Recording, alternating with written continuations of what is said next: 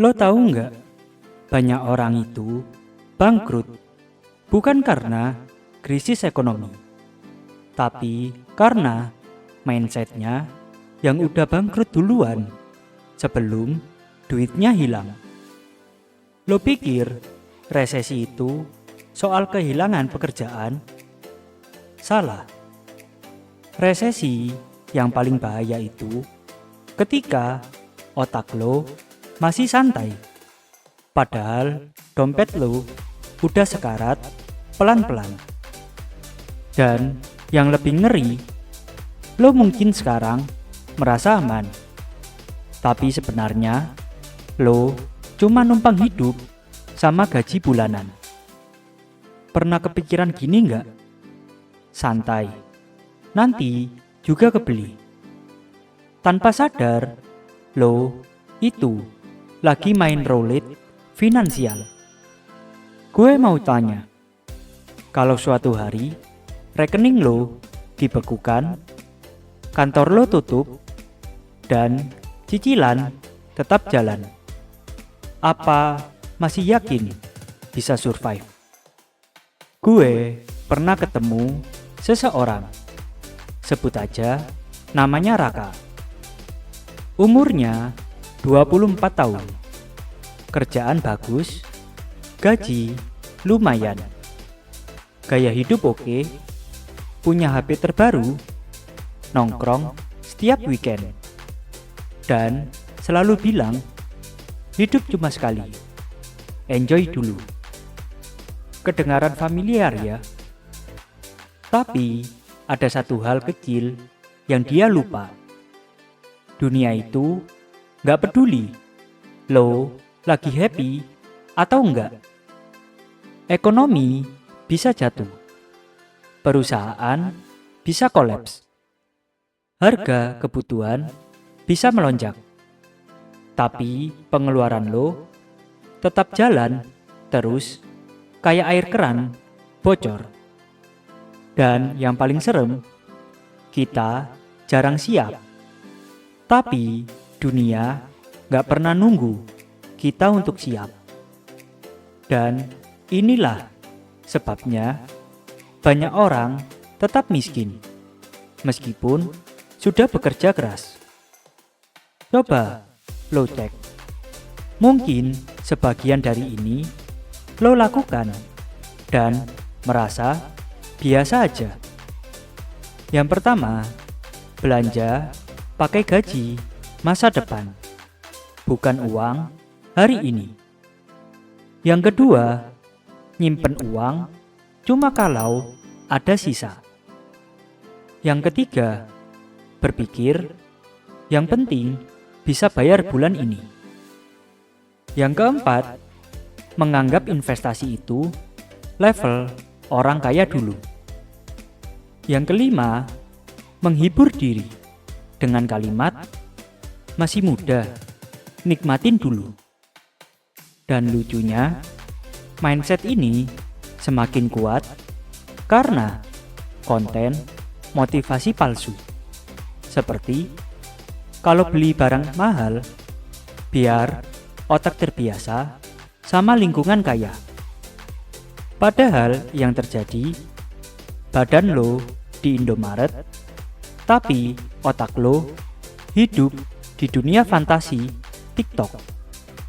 Tapi tunggu, lo sadar nggak kalau semua itu adalah jebakan mental yang nggak kelihatan? Resesi bukan soal angka makroekonomi, tapi soal siapa yang siap duluan. Yang survive bukan yang paling kaya, tapi yang paling disiplin mengatur sumber daya. Kayak perang, peluru itu bukan cuma duit, tapi cara kamu mikir. Bayangin, otak itu kayak rumah. Kalau fondasinya rapuh, mau lo cat mewah pun tetap aja bisa roboh kapan aja. Itulah kenapa orang miskin semakin miskin. Bukan karena kurang kerja keras, tapi karena nggak pernah punya rencana darurat. Dan ini fakta pahitnya. Kalau lo cuma punya satu sumber penghasilan, lo bukan manusia yang mandiri. Lo sandera ekonomi. Dan disinilah konflik batinnya dimulai. Balik lagi ke Raka.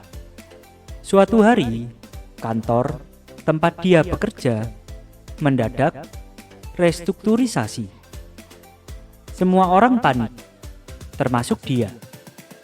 Tabungan nggak sampai 1 bulan biaya hidup. Cicilan tetap jalan. Bantu keluarga harus. Sementara mentalnya bilang, kenapa harus gue? Malam itu dia duduk di kasur, lihatin layar HP yang gelap sambil nyesel. Kenapa gue pikir hidup bakal aman selamanya? Padahal dia bukan malas. Dia bukan bodoh. Dia cuma telat sadar. Dan di situ dia baru mengerti satu hal. Lebih baik siap, tapi resesi nggak terjadi, daripada resesi terjadi, tapi lo nggak siap sama sekali. Ini solusi praktis, simple, dan realistis. Yang pertama, bikin dana tahan hidup 3 hingga 6 bulan. Mulai dari 5 hingga 10% dari gaji. Auto transfer, sembunyiin di akun terpisah. Yang kedua, hijrahkan mindset dari belanja kalau pengen, jadi belanja kalau perlu. Tes filter, kalau besok gue gak punya penghasilan, apakah ini masih wajib? Yang ketiga, tambah skill. Buka pintu penghasilan kedua. Kamu bisa pelajari skill ini, seperti desain, edit video, jualan jasa, mikro influencer, nulis, voice over, atau jual template. Yang keempat, upgrade pengetahuan keuangan, bukan upgrade lifestyle dulu. Finansial itu kayak payung. Lo nggak bisa beli setelah hujan turun. Karena pada akhirnya, resesi cuma masalah buat orang yang kaget. Dunia bakal terus berubah. Harga naik, peluang hilang, krisis datang tiba-tiba. Tapi kesempatan untuk siap itu selalu ada. Bahkan sekarang juga. Ingat, masa depan itu bukan ditunggu, tapi disiapin. Kalau lo tetap hidup dengan mental nanti aja, maka lo lagi mengundang masalah yang sebenarnya bisa lo hindari. Kadang kemiskinan bukan karena uangnya hilang, tapi karena lo gak pernah sadar kemana uang lo pergi dan apa yang lo siapin untuk hari nanti. Kalau lo pernah ngerasain posisi kayak Raka, tulis di kolom komentar. Gue pengen baca cerita lo.